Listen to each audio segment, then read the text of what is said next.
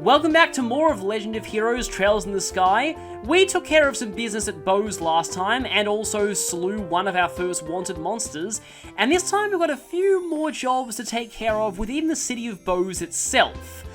But before that, I'm going to go ahead and spend my secret and get some more quartz, because I really want to. We will end up fighting a bit later on, and for now I'm going to keep Olivier and Chloe in the party, because let's just say they're going to have comments on one of these requests. So, to accept one of them, we need to go to the hotel and talk to this guy. The Imperial Ambassador. Hey, it's actually the guy that we met earlier.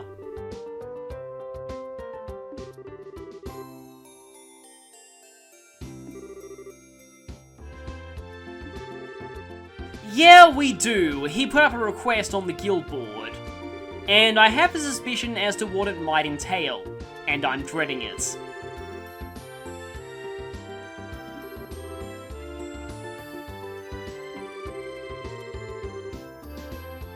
Oh, don't worry, we want to get to this one immediately. Yeah, we definitely have time. I mean, there are still two more monsters rampaging the region, but I mean, one of them is on top of a tower and is likely not really hurting anyone.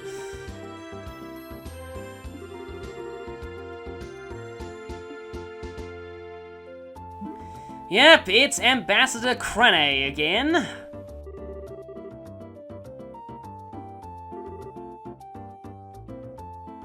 I'm still really surprised this guy never appears in the Cold Steel games. With how much the series loves, appearances from people earlier in the series, you'd think he would show up in a game set in Erebonia, but he never does. And now he's no longer well, because Olivier has entered the room.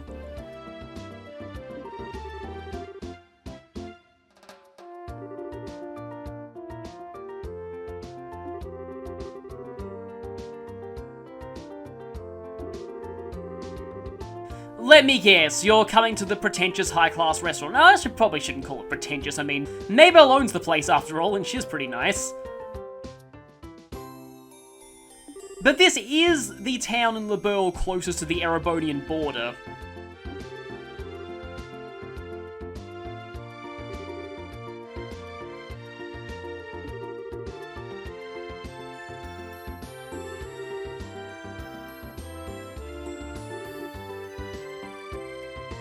And yeah, typical Erebonian nobles ordering their servants to do everything for them.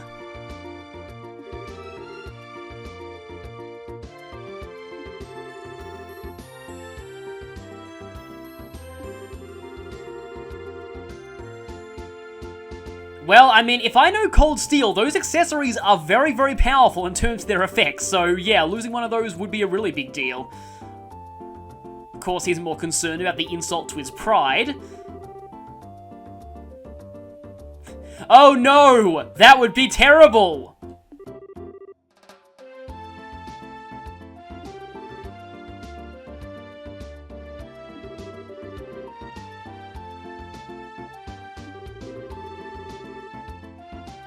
Yeah, Erebonia is, I've said it before, but Erebonia has some of the most brutal noble versus common tensions I've ever seen in fiction, and that's really saying something.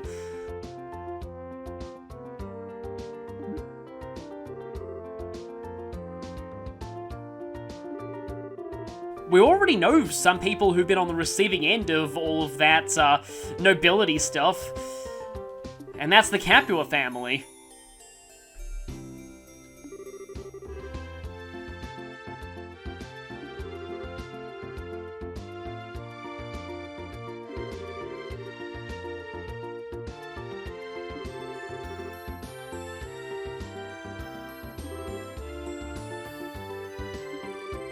Oh no, no, no, no, no, no, no, no.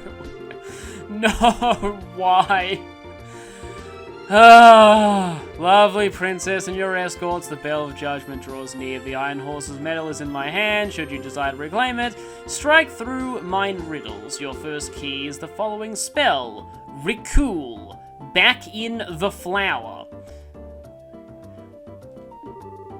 The end of everything is the beginning, heed this well. So yes, it is yet another Blue Blunk request. And not that long after the last one, too. We've had one of these in chapters 2, 3, 4, and now 5. I do feel like this is a little bit excessive. Even 3 was a bit much, but 4 in one game in 4 consecutive chapters? This one is still pretty useful to do in terms of its reward, but it does feel a bit weirdly timed since it's not even a few hours after you can do the last one.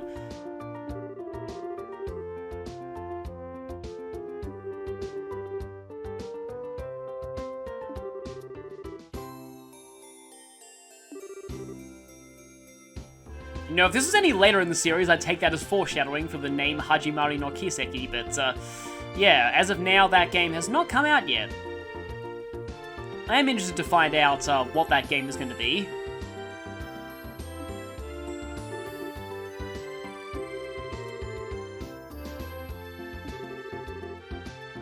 And so, here we go.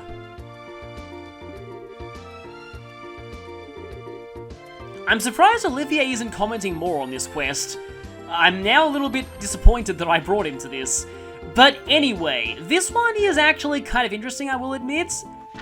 So yeah, the code is Rikul, back the in flower. And the end of everything is the beginning. So, it's kind of simple once you work it out. If you reverse that, you get flower in the back, Lucier. And, well, Lucier is the name of the Orbal factory. So, here is that flower.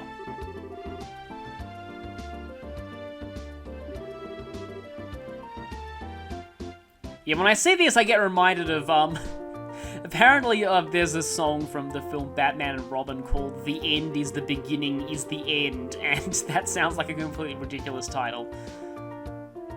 From what I've heard, it's actually not a terrible song, though. I always feel bad when people end up having to compose music for really terribly received movies, and the music itself isn't bad. See, the composers of Sonic 06.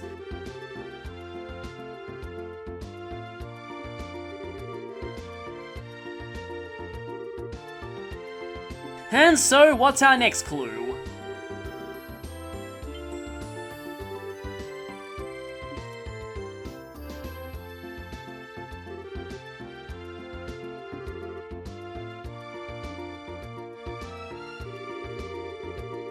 Following spell, FTHKC2E, view the opened book.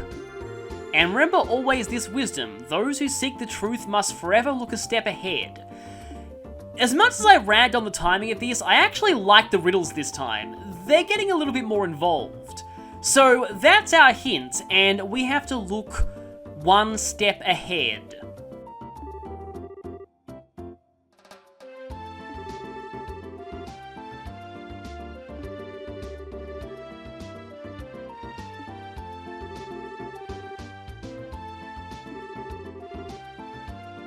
Or, you know, you can just brute force it like Estella's talking about here.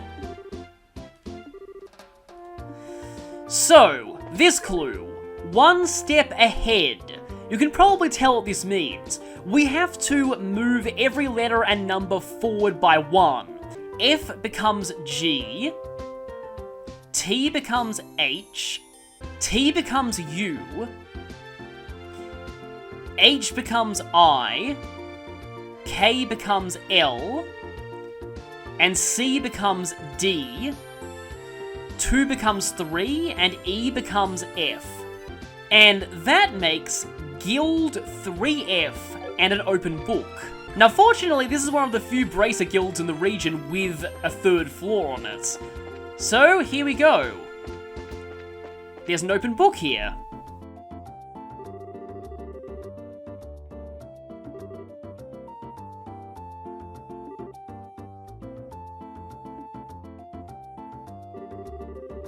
The 3rd key, seek ye the irreverently held casket.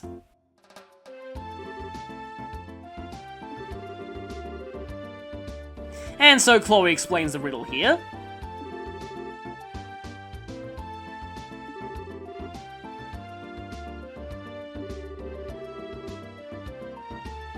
Yeah, the fact that he got here and there's no evidence of the windows being opened either. Yeah, as always, there seems to be nowhere that Blue Blunt can't get into. One day, we will get our revenge on this guy for all the riddles he's put us through, but that day is not today. So, reverently held casket, this one is a little weird. Your first thought would be the church when you see this, at least that's what mine is, but it's actually not there.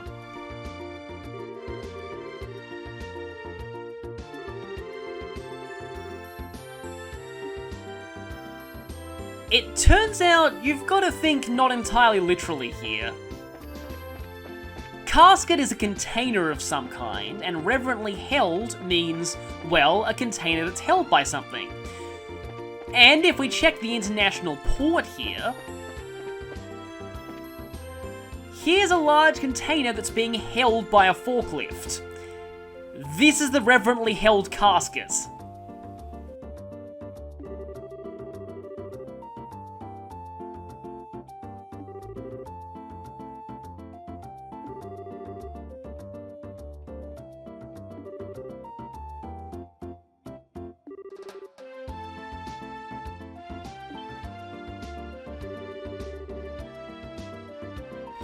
He's done this kind of thing before.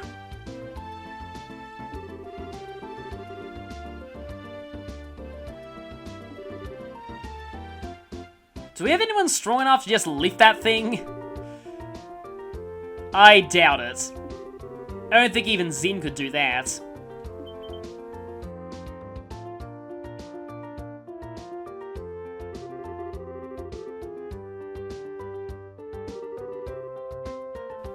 No, I think someone else has messed with your machinery.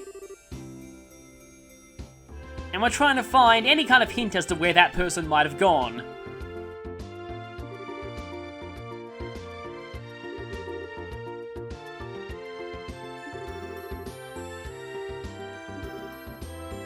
Estelle still doesn't realize that she should always open with the badge.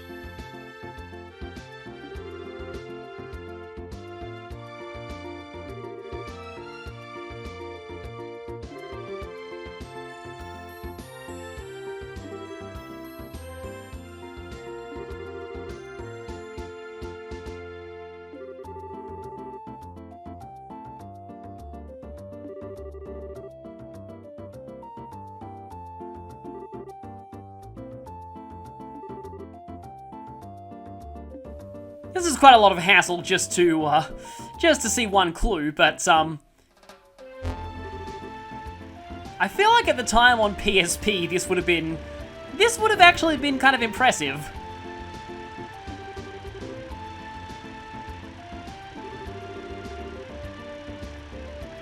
I actually still wonder about the PSP's overall power. I think it's more powerful than the PS1. Probably is. I don't know if it's quite PS2 caliber. I know the Vita is pretty powerful. Because, I mean, the original PSP was able to run Kingdom Hearts Birth by Sleep, which actually looked pretty decent for its time. And lowering it again.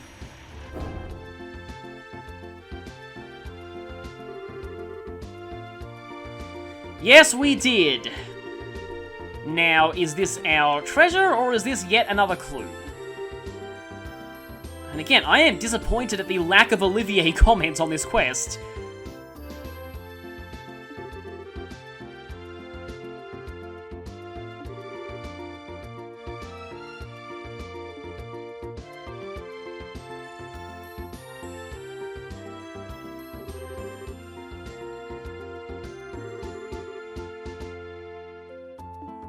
Yep, with that little distraction out of the way, let's see what we've got here.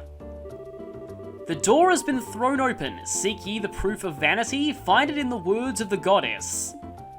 Okay, this one's not quite as difficult. And seek ye the proof of vanity, I'm guessing that means that that's where our stolen item will be.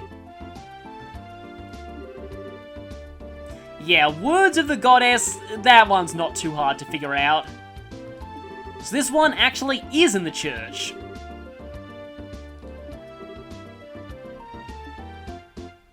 So, in the Bose Chapel, if we go through this little side door here, and check this holy book.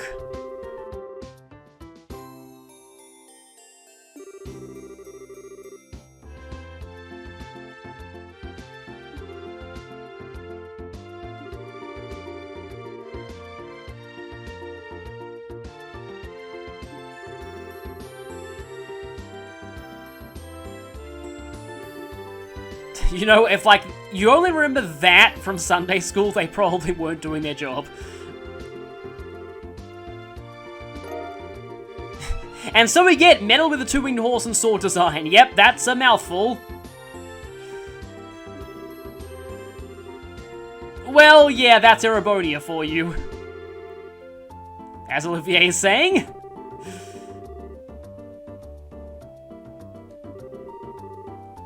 Yes, it's a cultural thing to be pretentious among Erebonian nobility. That's actually sadly very, very true.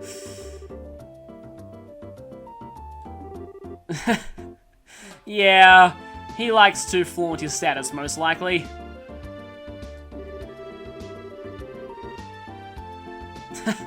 You know, admittedly, that's true.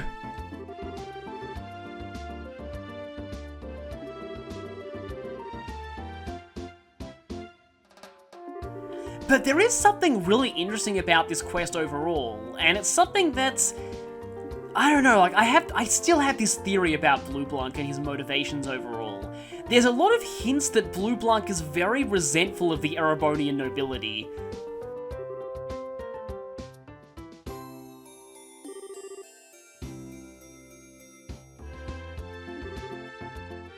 It's just kind of unfortunate that I can't really talk about a lot of this just yet, because there's some more details that don't get revealed until Trails in the Sky the Third.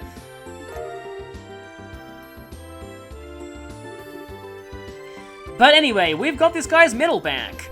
Overall, once you figure out the clues, this one is, in my opinion, one of the easier of the Blueblunk quests, especially since it doesn't require any fighting, and all of the clues are within bows.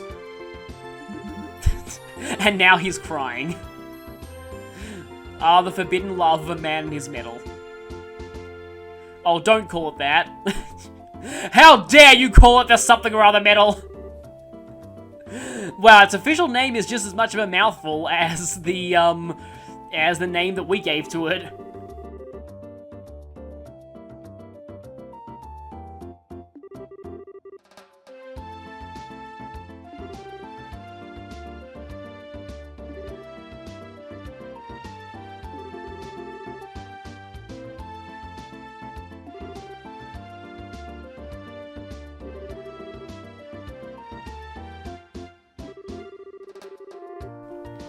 Well, about that, I get the feeling that he's long gone by now. Oh, we know who it is, but catching them is going to be the very, very hard part.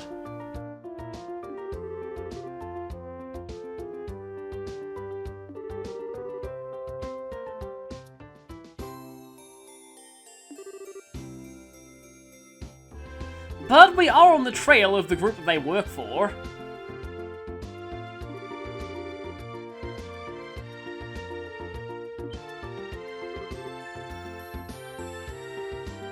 Yeah, Phantom Thief B is actually pretty big in Erebonia. In fact, I kind of feel like that was the place that he first was active in.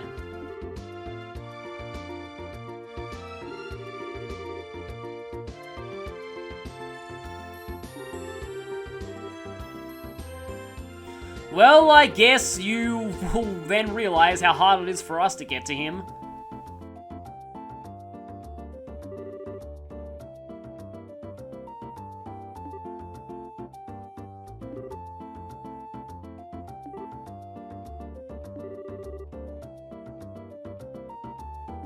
So, there is a pretty decent reward for this quest. Because helping out someone so distinguished is a pretty high honor.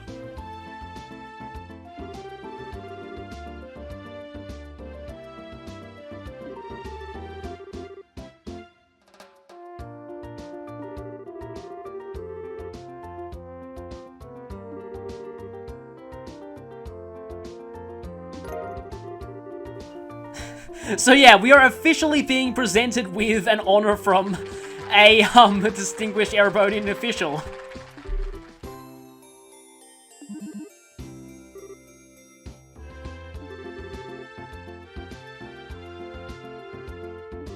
I would just love to see, like, the Imperial record showing, like, the list of everyone who's received the Eisenritter's medal, and just this Estelle Bright appearing there. 16-year-old junior bracer from LeBeau, and everyone being very confused.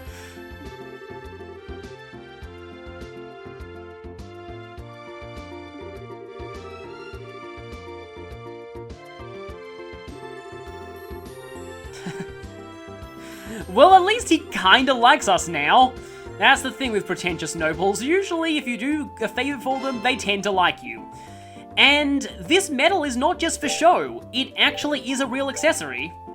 Here you go, Eisenritter's medal. Defense plus 20 and prevents seal and mutes, which ironically makes it very good for Olivier or Chloe, so I think I better go ahead and give, for maximum irony points, I'll give that to Olivier for now. Yeah, I tend to like to keep it on him for the most part. So, with that done, we have 2 more quests in Bose, and both of them are at the restaurants. The one that I'll take care of first is not this one. We might recognize her from Genis Royal Academy, and that's actually why I have Chloe here, but we want to go ahead and talk to, is it this chef? No, I think it's the other chef who we need to talk to here. Yeah, it's you. So, this quest is interesting. Depending on how lucky I've been with enemy drops this playthrough, I might be able to complete this right now, or I may have to farm for it. It depends. This is another situation where having the luck quartz from the start of the game is pretty helpful, although I haven't kept it equipped since the beginning. And yep, here's another X will remember that situation. We did a quest for her in the first game, so she'll acknowledge it here.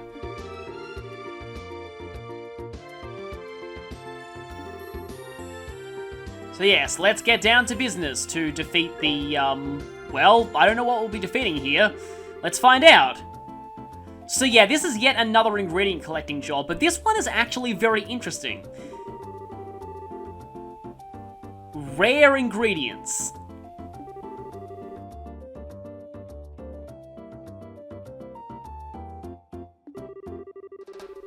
Hopefully you're not going to make anything Margarita level. That is a character in Trails of Cold Steel, and, well, let's just say that they like to experiment with cooking.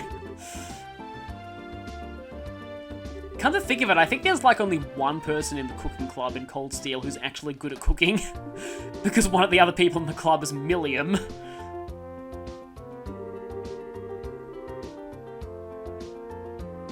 Yeah, it must be kind of difficult to not break those bones when you're hunting them, so she wants juicy bones and curative horns. We already used a few juicy bones in the last recipe quest, so I might not have as much of those. Lucky fangs. Yeah, so all of these are available from enemies. So this quest sounds really tedious. You have to go all around the place, fighting a whole bunch of enemies and farming their item drops. And yeah, she gives you a few hints as to where you can find some of these items. We're already going to Crone Pass, so that should be pretty good, and we should already have some bones from our trip to Neville Valley last time. But like I said, there is actually a bit of a twist to this quest.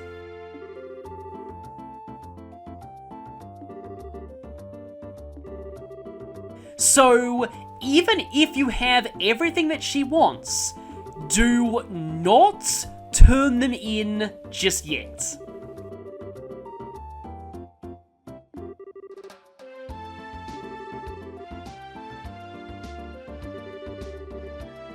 Yes, we don't plan on eating raw bones. And Olivier has a good point here. You might want to hold off on cooking while this request is still outstanding, or you may end up getting rid of some of your rare ingredients. Horrible flashbacks to Kingdom Hearts 3 cooking. Oh, yeah. Some of those ingredients were a pain to get. And you lose them if you fail the minigame.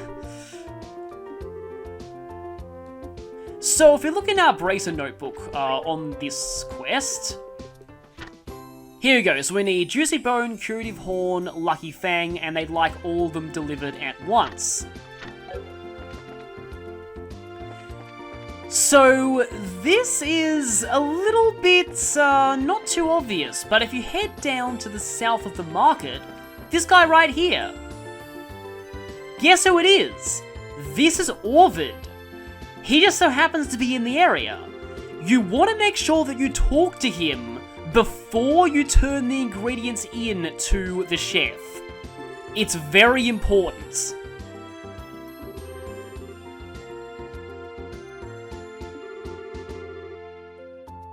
Because if we do things right, we may end up helping 2 NPCs instead of just 1. Orvid is looking to sell some ingredients, and we know someone who's after ingredients.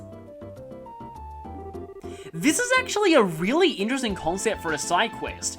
You can provide everything yourself, but doing that robs someone else of the chance to get a good business opportunity out of this. So the way to approach this quest to get the maximum BP, you actually need to let another NPC help.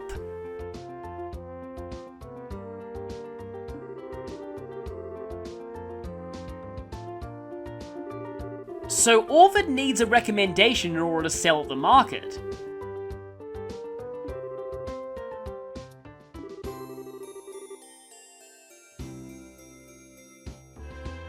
We might know how he can get one.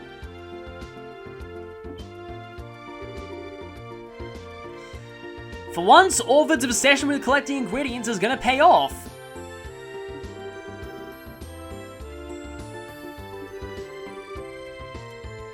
And you know who likes to collect weird stuff?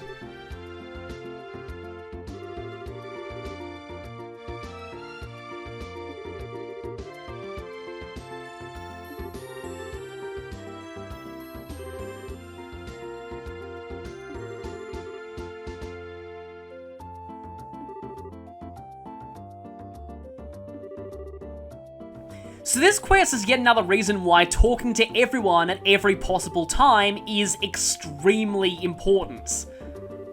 Will really help you.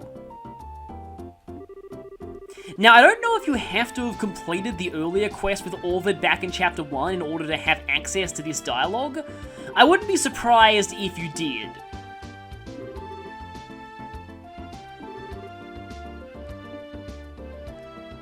So, if you do this, Orvid actually provides some of the ingredients.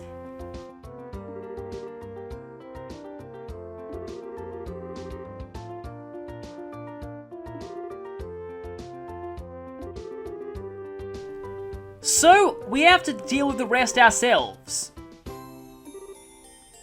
And not only does Orvid provide you some of the ingredients, but introducing Orvid to Gwen will give you bonus BP, because like I said, we're helping out 2 NPCs now instead of 1. Because this place might actually be the perfect job for this guy.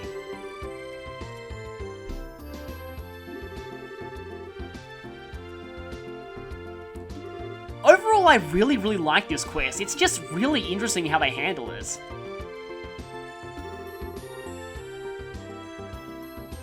And it's also a nice payoff to Orvid's arc over the past 2 games. He's finally found somewhere where his life's calling will actually be very helpful to people.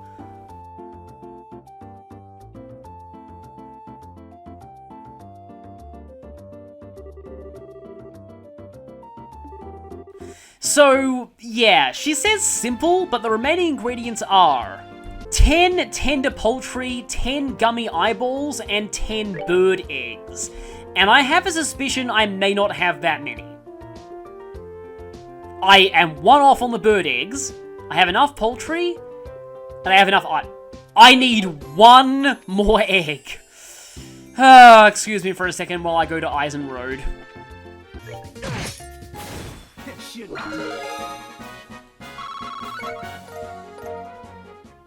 Well, 2 level ups, but still no eggs.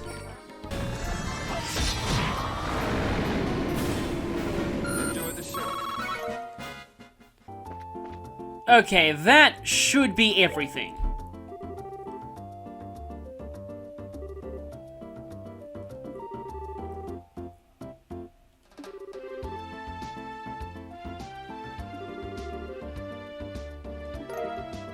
So yeah, tender poultry, gummy eyeball, and bird eggs. I am not sure what you want to make out of all this stuff, but this is a pretty high-class restaurant, so it should hopefully be fairly decent.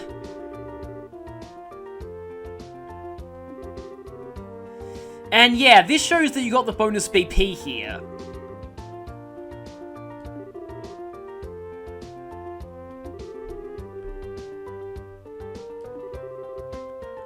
Unfortunately, we don't get any recipe out of this quest. You'd expect that you would, but no, you just get the quest completed. We can still talk to Orvid here though for a little bit of extra info.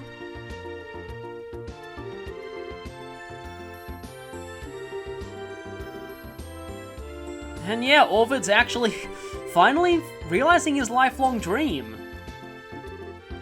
It's just always nice when you see an NPC arc come to fruition like this.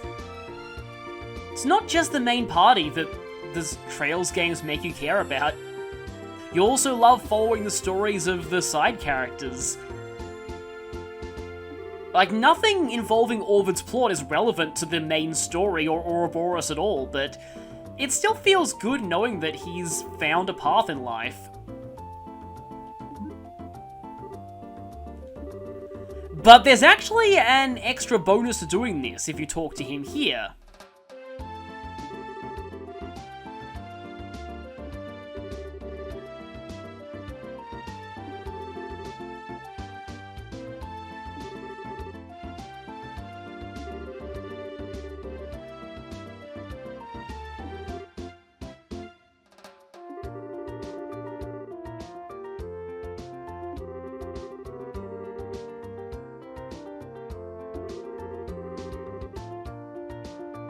So I think you can tell where this is going.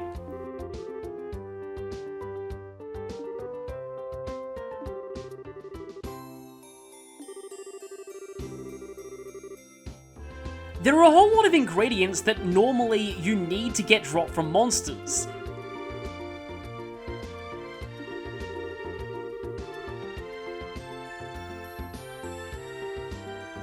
And I think there was a typo here, they just typed it something twice.